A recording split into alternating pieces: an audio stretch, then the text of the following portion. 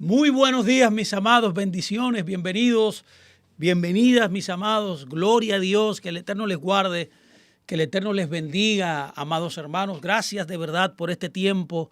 Estamos en su programa, el podcast de Buenas Nuevas, en su edición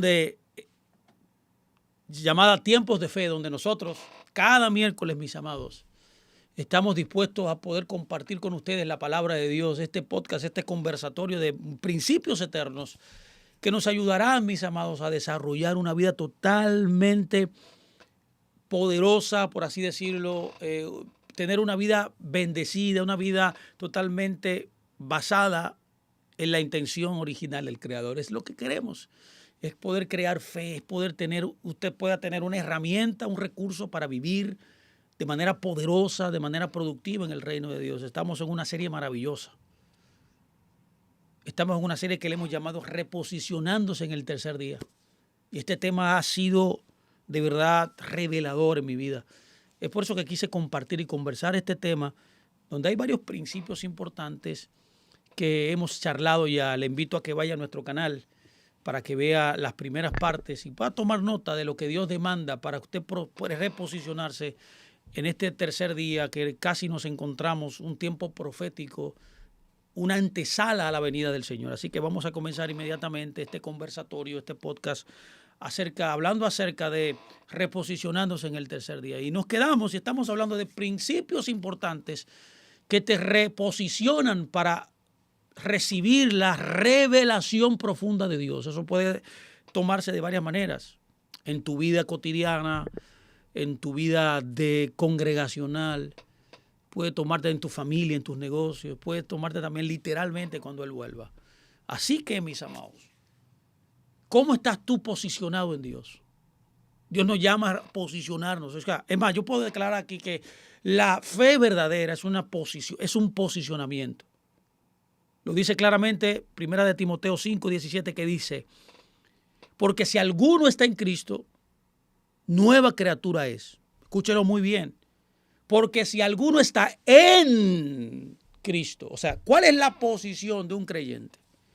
¿Cuál es la posición de una congregación? ¿Cuál es la posición de una familia, de un negocio, de una empresa? En Cristo. Usted debe hacer las cosas basadas en el posicionamiento que usted recibió cuando usted nació de nuevo, cuando usted fue trasladado de las tinieblas a la luz. Y es estar en Él, en Cristo, mis amados. Pregunto, ¿está usted posicionado? Si está posicionado, bendito sea el Señor. Ahora, los que no estamos posicionados, necesitamos entender que debemos tomar ciertos principios para poder retornar a ese lugar estratégico donde será el epicentro de las bendiciones de Dios. Así que permítame, por favor, comenzar hoy en donde nos quedamos. Estamos hablando ahora de otro principio. Vamos a hablar de otro principio para usted tomar en cuenta para reposicionarse. Y es el tercer principio. El tercer principio. El número C, acuérdate, más adelante. Y es el tercer principio, que es entrar. Por favor, escúcheme aquí. Usted necesita entrar en una posición de una realidad de pacto y compromiso. Necesita comprometerse, necesita conectarse y tomar su lugar de responsabilidad en el reino de Dios. ¿Cómo yo podría definir la vida de fe? ¿Qué responsabilidad? ¿Por qué Adán fue llevado al exilio? ¿Por qué Adán fue sacado del Edén? Adán fue llamado a ser el Hijo de Dios, el representante de Dios, llamado a gobernar. Se le dio autoridad, se le dio provisión, se le dio un propósito de existencia, se le dio su compañera de vida, la acompañara para servir a Dios. Se le protegió en un lugar sagrado. ¿Y qué hizo él? Cayó de ese lugar. ¿Qué sucedió? Lo que sucedió fue que él quebrantó el pacto. Él no pudo ser comprometido. Él no pudo continuar en la responsabilidad del pacto. Y yo voy a hablar un poco acerca de este tema del pacto porque es un tema importante. Ahora bien, mire qué dice el texto de Éxodo 19:5.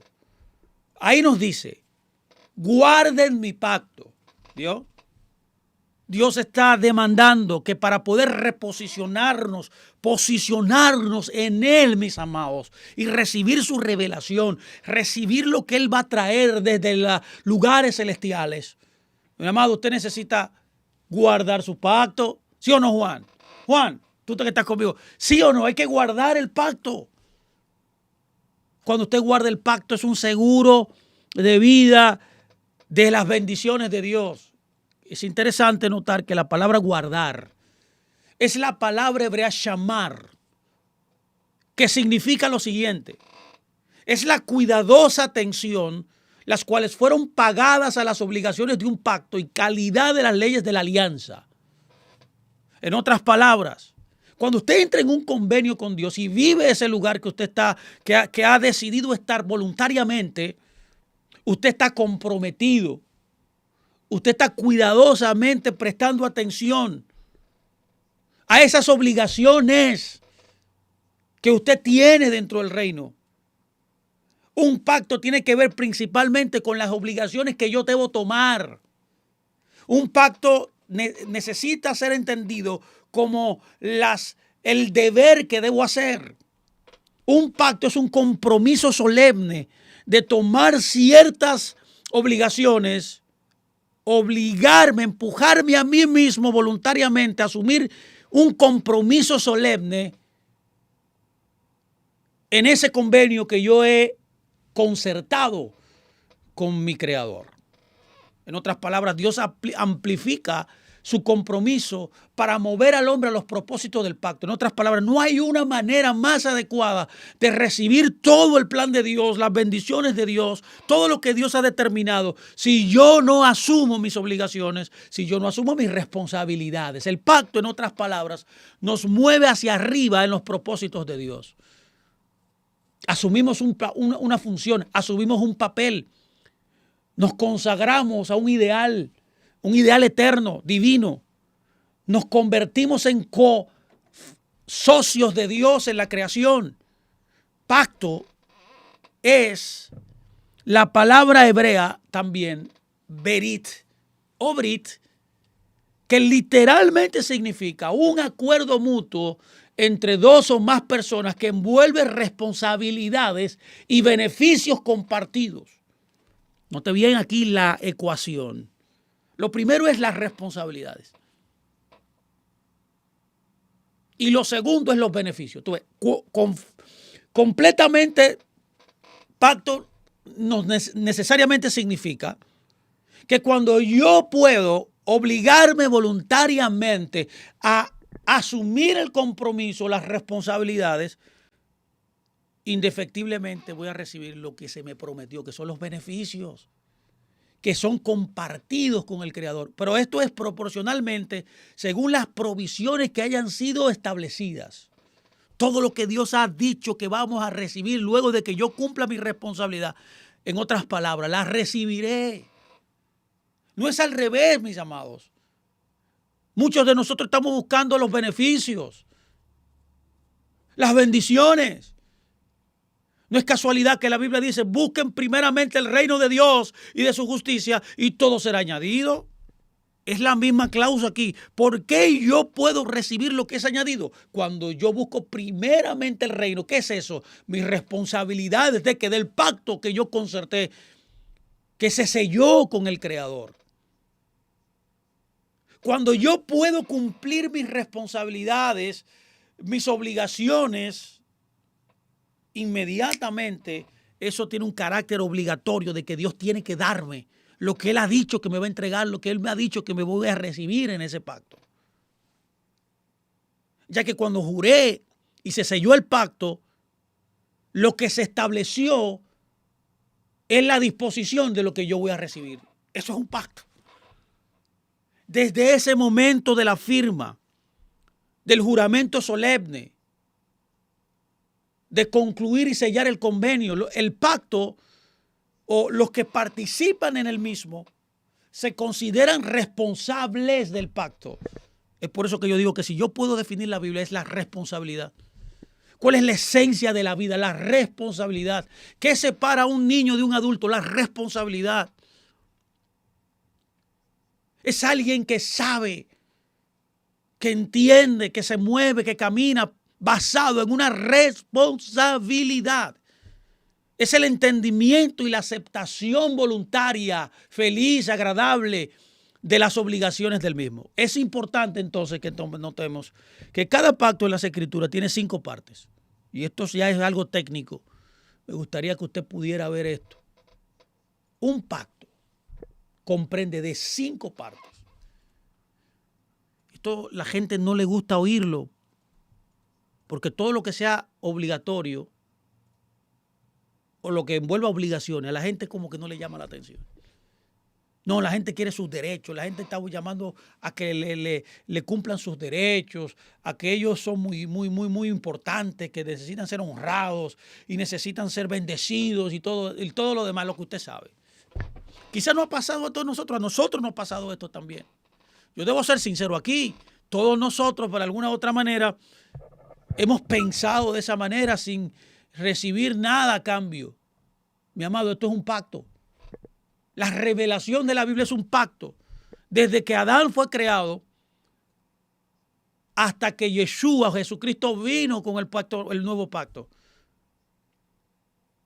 La Biblia es una serie de convenios que tenemos con Dios de diferentes lugares, diferentes clasificaciones, diferentes naturalezas.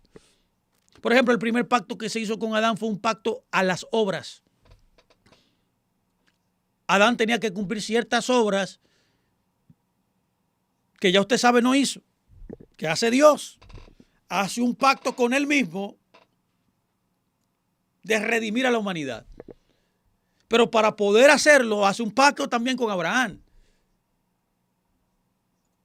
En ese mismo pacto, parte de ese mismo pacto, él hace un pacto cuando los libera del monte de la esclavitud de Egipto, hace un pacto matrimonial en el Edén, en el monte Sinaí. Note bien la característica de este pacto. Es un pacto matrimonial donde Dios se casa con Israel y ese mismo documento llamado la Torá, o sea, las leyes de Dios, son la constitución de la nación que se le prometió a Abraham en el pacto abrahámico. Luego, en ese mismo orden, como Israel era una monarquía de reyes, se lo prometió también a Abraham en el pacto abrahámico, también hace un pacto de reyes con una tribu llamada Judá, donde el Mesías vendría. El pacto davídico.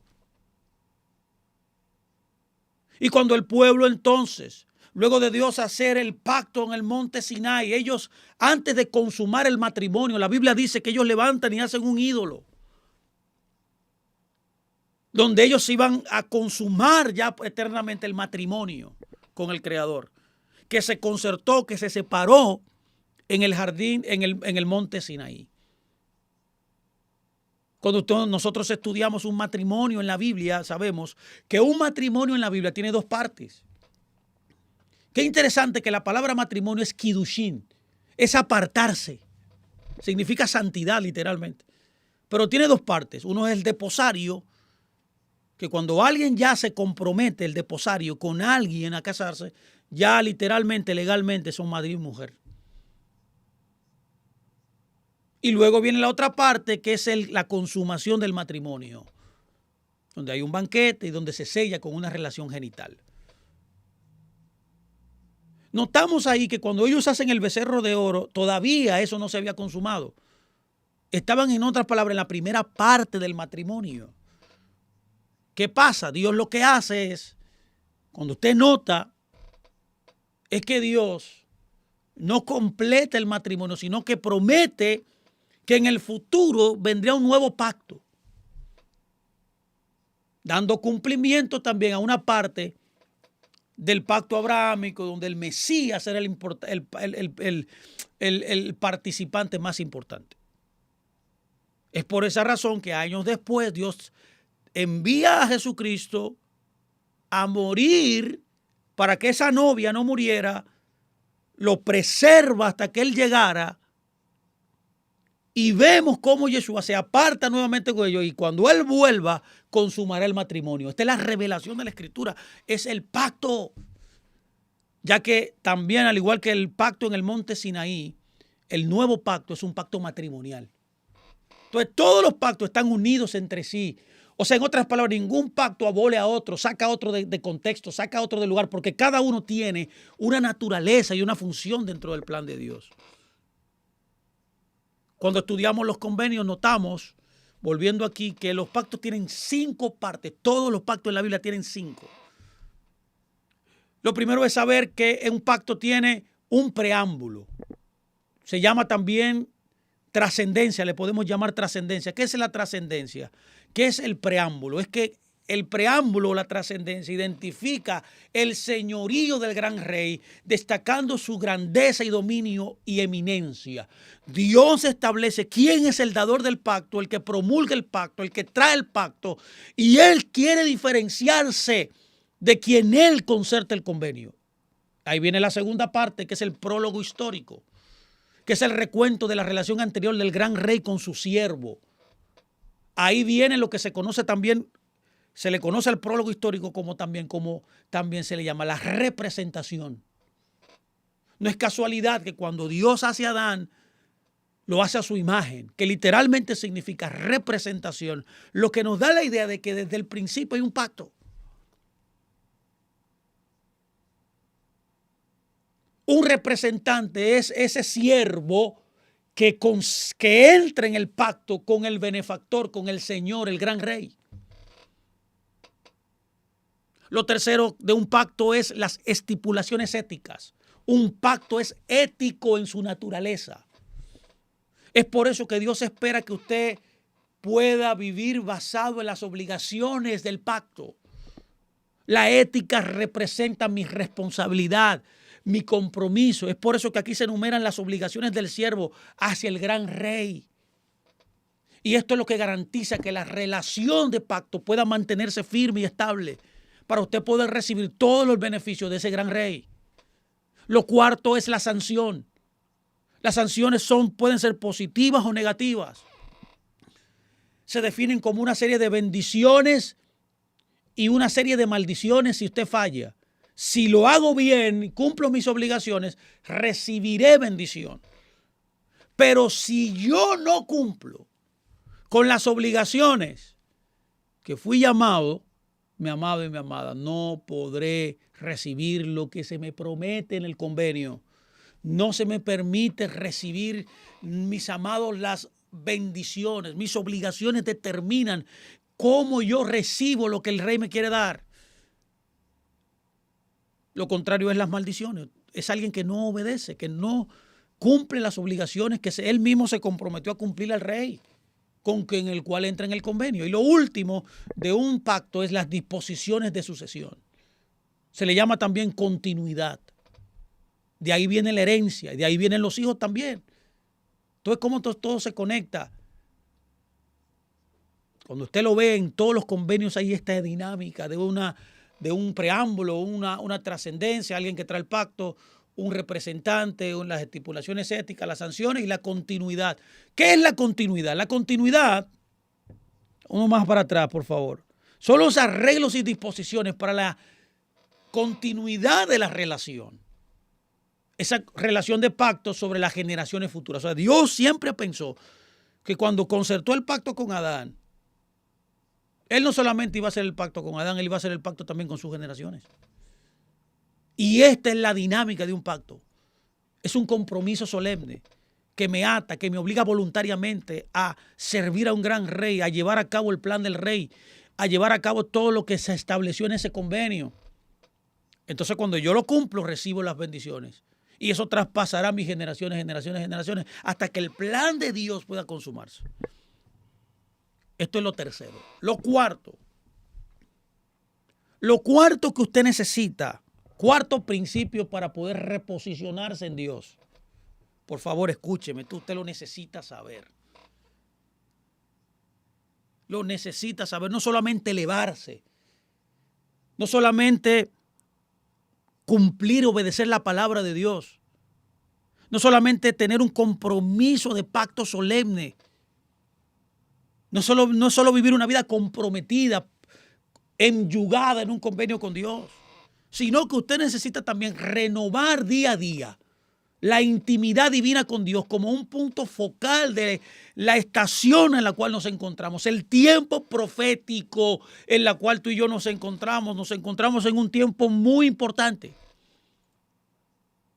Es por eso que cuando vamos al verso 4 de Éxodo 19, que es el verso que estamos estudiando en esta serie maravillosa, vemos que en el verso 4 dice, los he traído a mí. Los he traído a mí. ¿Por qué dice eso? Porque Dios quiere intimidad. Dios quiere conexión profunda. Y debe ser el punto central de esta temporada. Buscar su presencia, estar en su presencia. Esta es la temporada en la cual Dios está tomando la propiedad legal definitiva de su asamblea. Es una liberación que necesita venir al pueblo de Dios fuera del humanismo, fuera de las garras de los hombres que buscan dominar, manipular y controlar la herencia de Dios, de obreros falsos, de falsos maestros, pastores. ¿A qué me refiero con esta intimidad divina? Es que usted puede entrar en el lugar secreto, ya que en el lugar secreto hay tres cosas que suceden. Hay tres cosas que yo consigo cuando estoy en el lugar secreto. Ahí consigo refugio. Número 1, refugio. Número 2, consejo. Y número 3, revelación de Dios. Hay gente que no recibe ni consejo, ni refugio, ni revelación de Dios porque nunca han incentivado, nunca han buscado de todo corazón el consejo de Dios, el refugio de Dios y la revelación de Dios en el lugar secreto. El lugar secreto es un lugar espiritual. El lugar secreto es el punto focal de este tiempo. Hay gente que necesita resolver ese problema. Demasiado televisión, demasiadas redes sociales, demasiado Facebook, demasiado internet. Mi amado, hay que salir de eso. Necesitamos volver a la intimidad. Ahí está el consejo, ahí está el refugio. Y ahí está la revelación de Dios. Ahora bien, vamos a investigar esto detenidamente. ¿A qué nos referimos como el lugar de consejo? En este lugar llamado el secreto de Dios. Bueno, mire qué dice el Salmo 25, 14a. Dice, el secreto del Señor es para los que le temen. El secreto es para los que le temen. Es interesante aquí que la palabra hebrea para secreto es zot y significa lo siguiente, significa una consulta, un asiento, un consejo, significa un trato familiar. ¿Quiere saber cuándo Dios quiere tratar con usted? Consultar con usted. Es un lugar de asiento, de permanecer para escucharle a Él. Ese es el lugar secreto. Esto siempre se refiere a una reunión íntima entre amigos cercanos o personas que comparten la misma visión y el mismo propósito. No se queda ahí. Mire qué dice Job 19:19. Dice, todos mis íntimos amigos me aborrecieron y los que yo amaba se volvieron contra mí. Qué interesante esta palabra. Todos mis íntimos. Esta palabra íntimos se refiere aquí a aquellos quienes se sientan en el consejo con Job. Los que se sentaban con él, junto con él. Y aquellos que eran los confidentes de Job en su conversación. De la misma manera podemos concluir que Dios tiene un consejo. Dios tiene amigos íntimos que Él quiere amigos íntimos que Él quiere compartir para aconsejarle, para ministrarle.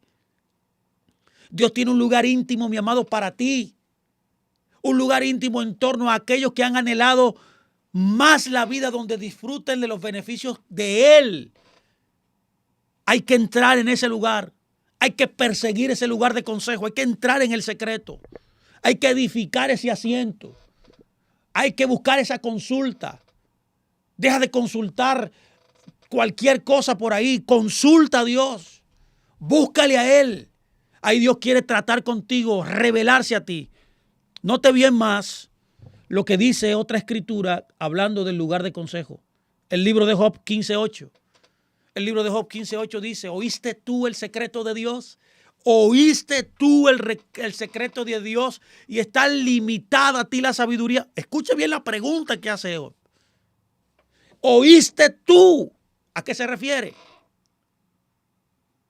Se refiere a uno mismo posicionándose en la presencia de Dios para recibir consejo, para recibir instrucción.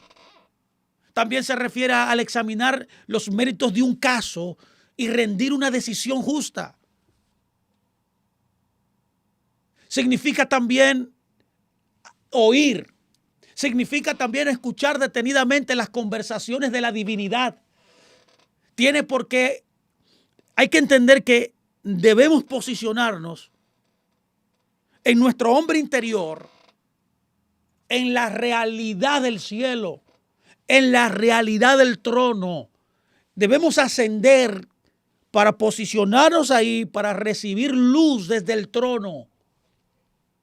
Es por esa razón que cuando usted no escucha las conversaciones de Dios, usted no tendrá ninguna dirección, ninguna idea de sus planes eternos y siempre actuará mal, siempre tomará decisiones que no son relevantes. Usted comienza a limitar, en otras palabras, sus acciones a la experiencia humana,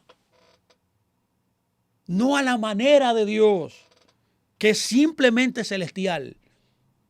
Usted confina sus acciones a su intelecto y a su razonamiento humano. Note qué dice el Salmo 89:7. Note, por favor, el Salmo 89:7 dice: Dios, temible en la gran congregación, la palabra ahí es concilio, de los santos, y formidable sobre todos cuantos están alrededor de él. Qué interesante este concilio de los santos. Es el consejo de Dios, ese lugar es el consejo de Dios, como una compañía. Es los ejecutivos de una compañía se sientan en una mesa como la que tenemos aquí, y ahí en ese consejo todos ellos toman las decisiones que van a dirigir esa empresa. De igual manera es Dios. Dios tiene un consejo de los santos, dice la Escritura, donde Él toma las decisiones espirituales para su pueblo. Note bien que el consejo de Dios es exclusivo. Es exclusivo porque no es para todo el mundo. Ahora pregunto, ¿para quién es ese consejo? Para los que puedan desarrollar en sus vidas, número uno, la justicia. Esto está delimitado para los justos. Esto está delimitado para los puros de corazón. Esto está limitado para los que son libres de culpa. Todos los demás no pueden entrar ahí. Usted necesita limpiarse, purificarse, tener buenas intenciones, caminar en rectitud, caminar en justicia, obediencia a la palabra de Dios, al consejo de Dios, a la dirección del Espíritu Santo, a lo que se le enseña en su congregación. Por esa razón, Proverbios 3:32 nos dice lo siguiente. Nos dice: porque Jehová abomina al perverso, mas su comunión íntima es con los justos. No, que yo soy salvo, no importa. No, que yo voy a la congregación, ¿qué importa? Usted debe ir a la congregación, pero la congregación debe ir a usted. Usted debe transformar su existencia, porque solamente la comunión íntima con Dios, que son muy pocos los que entran, son los que son justos.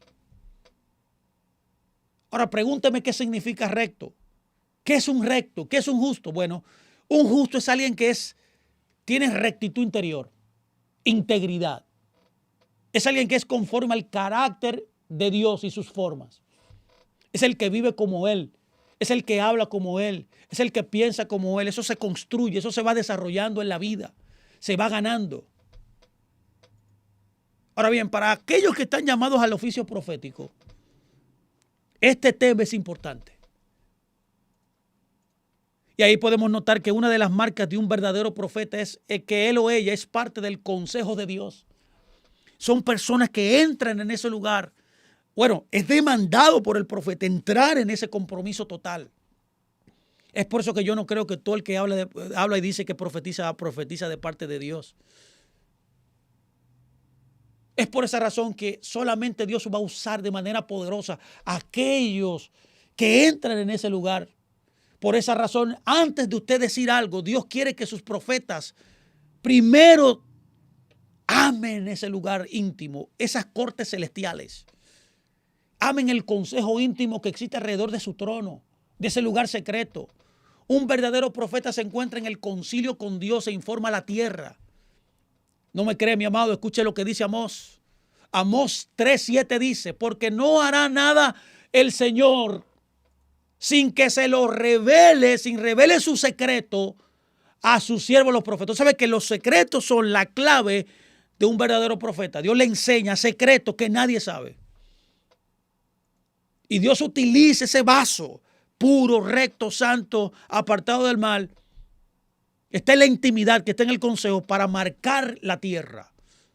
Esto incluye a los creyentes comunes y corrientes que aprenden a pararse en el consejo de Dios por sus propias vidas también. El Salmo 24:3-4 dice, ¿quién subirá al monte de Jehová? ¿Y quién estará en su lugar santo? El limpio de manos, ¿se veo? El puro de corazón, el que no ha elevado su alma a cosas vanas, ni ha jurado engaño.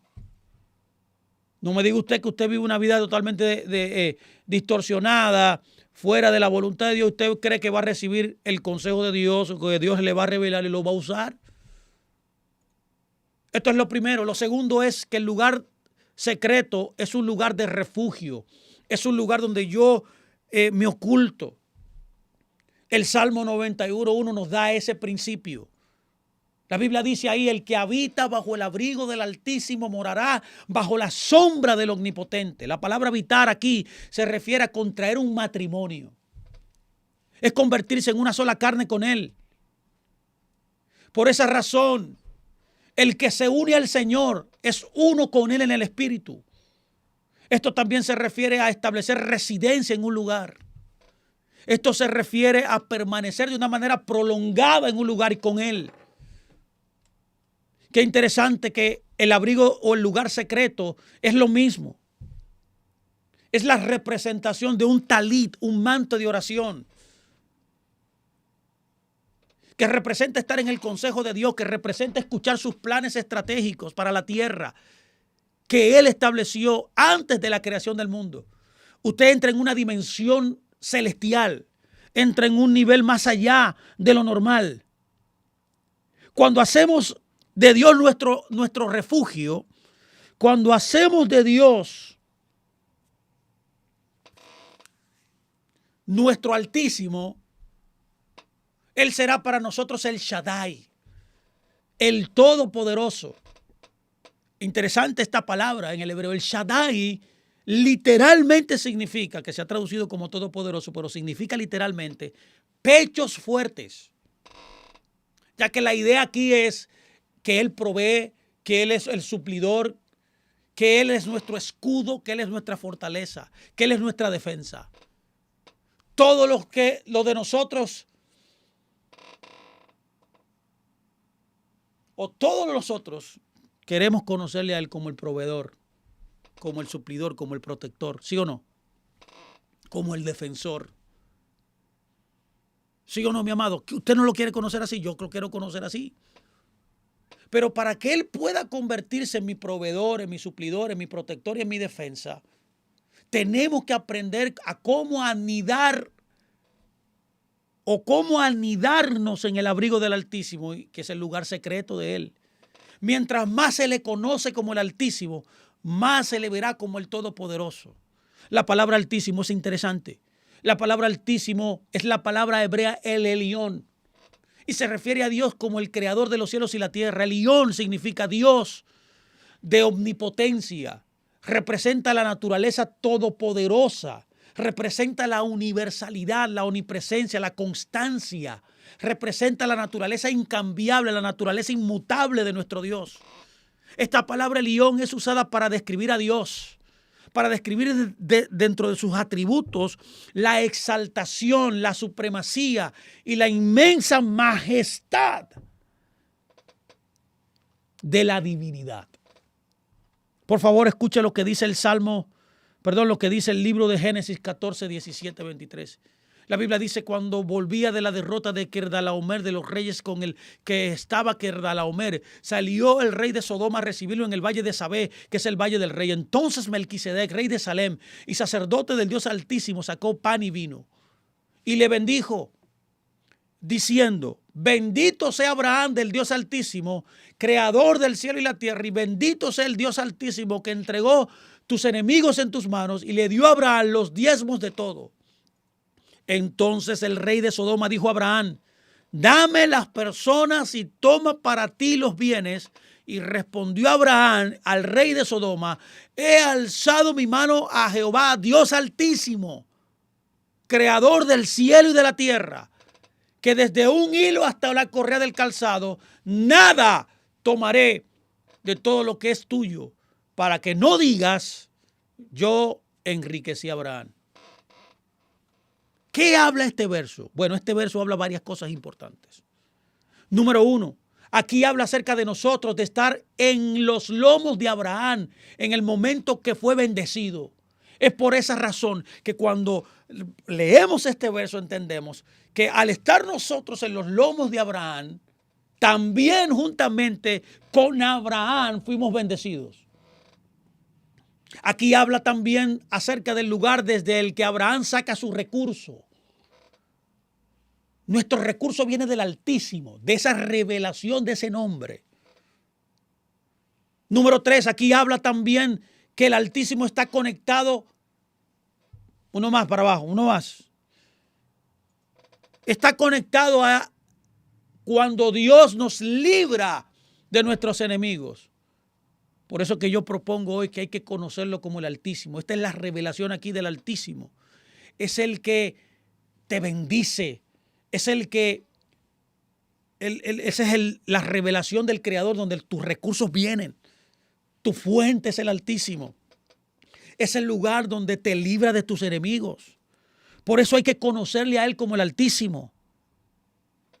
Pero óigame, puya atención, yo quiero terminar hoy por aquí. Yo voy a dejar aquí porque esto debe seguirse la clase que viene porque no tenemos tiempo. Pero quiero que se quede con esto último acerca de este lugar de consejo, este lugar de refugio, que es el secreto. Siempre para poder recibir la revelación del Altísimo, que se lo consigue en ese lugar de refugio, habitando en él, en el abrigo del Altísimo, hay una condición. Todos nosotros debemos entender que debemos tener algo que se llama hambre de su presencia. ¿Tiene usted hambre de su presencia? ¿Lo anhela su corazón, su alma, su ser, su cuerpo, su mente? David lo anhelaba.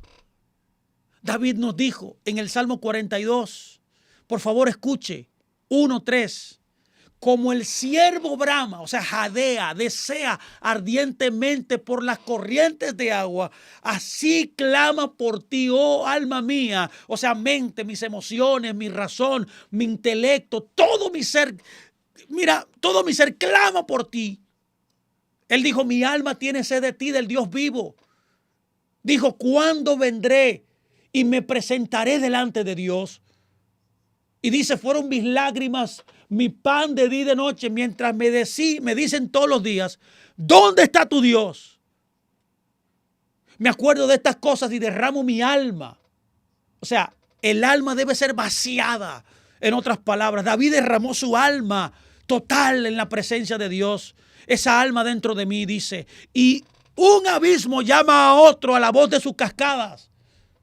Todas tus ondas y tus olas han pasado sobre mí. Quiero terminar diciendo que así como David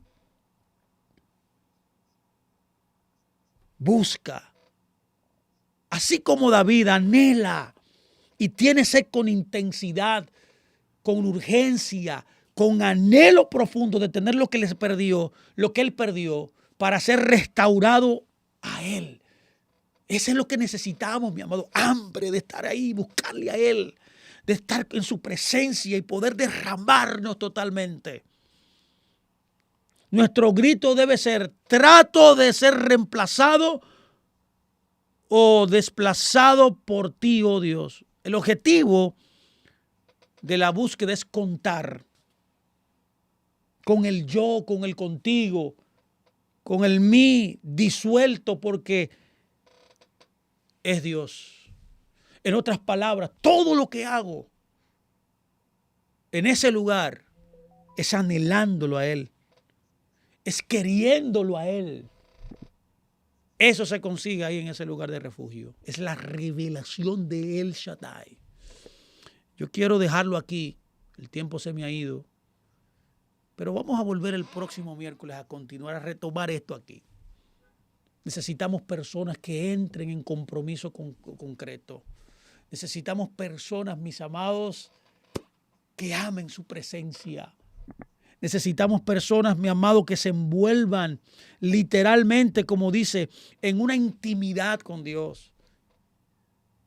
Esto es lo que trae la revelación de Dios. Eso es lo que nos va a preposicionar para recibirle a Él. Dios quiere revelarse, Dios quiere traerse a sí mismo a ti. Dios quiere que tú lo conozcas en la intimidad, en el compromiso férreo. Cuando tú buscas su presencia en el lugar secreto, su consejo, su refugio. Cuando tú lo anhelas a Él, lo buscas a Él por lo que Él es. ¿Y quién es Él? Tú, Dios, tú, Creador, tú, Señor, tú, Soberano. Así que, mis amados, gracias, de verdad. El tiempo se me va. El tiempo es corto, ¿eh? Hoy siento que pasó rápidamente esta charla. Tenemos casi 45 minutos aquí. Pero este es el tiempo que tenemos para comunicar este podcast. Así que, por favor, suscríbase al canal, llámenos a nuestras oficinas, busque, dele a like al video, comparte el video, suscríbase al canal, compartas estas clases. Aprenda, mi amado. Busque a Dios. Salga de la rutina. Hay un llamado para los que están destituidos, están desconsolados, los que están en un lugar muy terrible, muy drástico hoy. Hay una solución, se llama Jesús. Él es tu fortaleza. Él tiene la solución de tus problemas aquí y en el mundo venidero. Él es la solución para tu vida. A ese Jesús predicamos. Así que, mis amados, bendiciones para ustedes.